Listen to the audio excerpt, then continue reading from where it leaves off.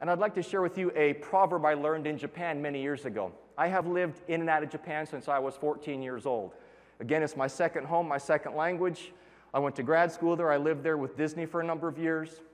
And there's a proverb that says, even monkeys fall from trees. Here's some artwork that goes along with this. Even monkeys fall from trees. I learned this from a man who was in his 80s. He was a potter, very well-known potter, and he was giving me a tour of his studio. And one of the things that he was pointing out to me were all these pots that he had made, all these beautiful vases that were broken or chipped or something was wrong with them. And I remember I asked him in my basic Japanese, I think I was about 17 or 18, I said, who made these pots? He said, well, I did.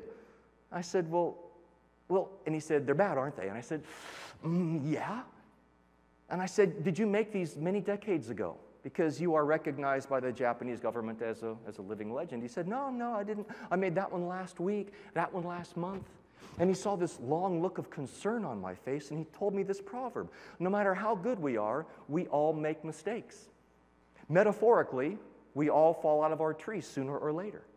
And it's amazing how many individuals as well as organizations who are out there who don't accept that fact. They're flat on their back, looking up at customers or employees, blaming them for the reason they fell out of the tree. If it wasn't for that skinny little branch, I'd still be up there. If it wasn't for that gust of wind, I'd still be up there.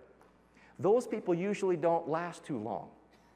Likewise, on the flip side, don't we also know plenty of people who have the humility to say, you know what, I made a mistake, I can improve. And those are the kinds of people, those are the kinds of organizations that will be pushed back up in the tree by customers, by employees, because people want to see us succeed if we're willing to learn.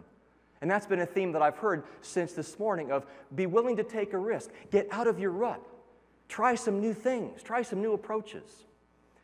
So I'd like to share with you some thoughts about survival of the fittest and how we at Disney went from the glory days of Davy Crockett back in the 50s and the 40s, and there was just nothing that would slow the company down. We went from the magic kingdom of Disney to the tragic kingdom when we had some really lousy product lines, and then back to success again with Lion King and Little Mermaid and Pirates of the Caribbean, as long as it's version 1, not 3. So it is a roller coaster of emotion, of product lines, of sales abilities, and it's all too convenient for us to blame other organizations or other people or those folks over there. You're the they in this room. So what are the things that you can do specifically to make a difference in 08?